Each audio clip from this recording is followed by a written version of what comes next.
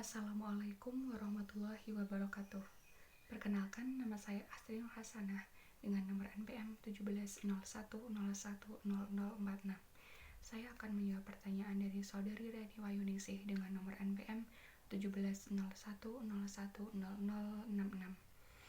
Pertanyaan yang pertama, apabila ada dua orang atau dua pihak yang melakukan kerjasama, mereka menawarkan modal untuk membeli aset berupa tanah dan bangunan, tetapi tanah dan bangunan ini tidak digunakan untuk pengelolaan usaha. Nah, apakah akad kerjasama yang dilakukan oleh dua pihak tersebut termasuk ke dalam akad musyarakah? Jawabannya, menurut saya, kerjasama yang dilakukan oleh kedua pihak tersebut termasuk ke dalam akad musyarakah, karena walaupun aset berupa tanah dan bangunan tersebut tidak digunakan untuk pengelolaan usaha, tetapi aset ini bisa digunakan sebagai sarana investasi. Apalagi di era sekarang, kemungkinan besar setiap tahunnya harga tanah dan properti itu akan mengalami kenaikan. Jadi,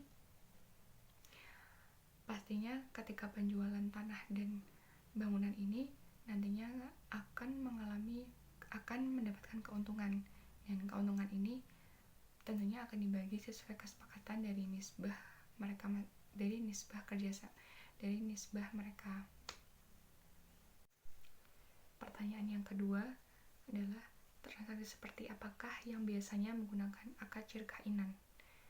Jawabannya, syirkainan merupakan akad kerjasama antara dua pihak atau lebih dengan ketentuan di mana masing-masing pihak yang bekerja sama itu menyetorkan baik modal maupun kerja, walaupun kontribusi modal, kerja, dan tanggung jawab dari masing-masing pihak tidak harus sama. Bisa jadi ada pendelegasian wewenang kepada salah satu pihak yang mengelola usaha.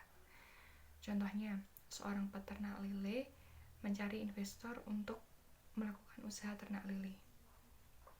Akhirnya si peternak lele dan investor ini sepakat untuk menyetorkan modal mereka masing-masing 20 juta rupiah.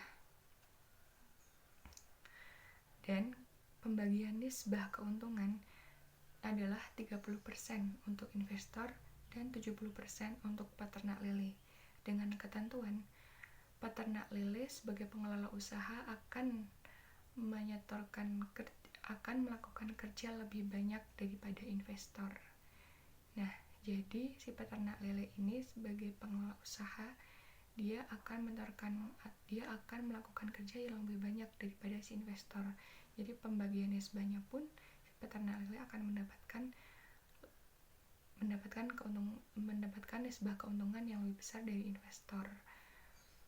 Jadi di sini kan dapat dilihat bahwa tanggung jawab dari si investor dan peternak lele ini masing-masing punya tanggung jawab yang berbeda. Ya, demikian jawaban saya, kurang lebihnya mohon maaf. Wassalamualaikum warahmatullahi wabarakatuh.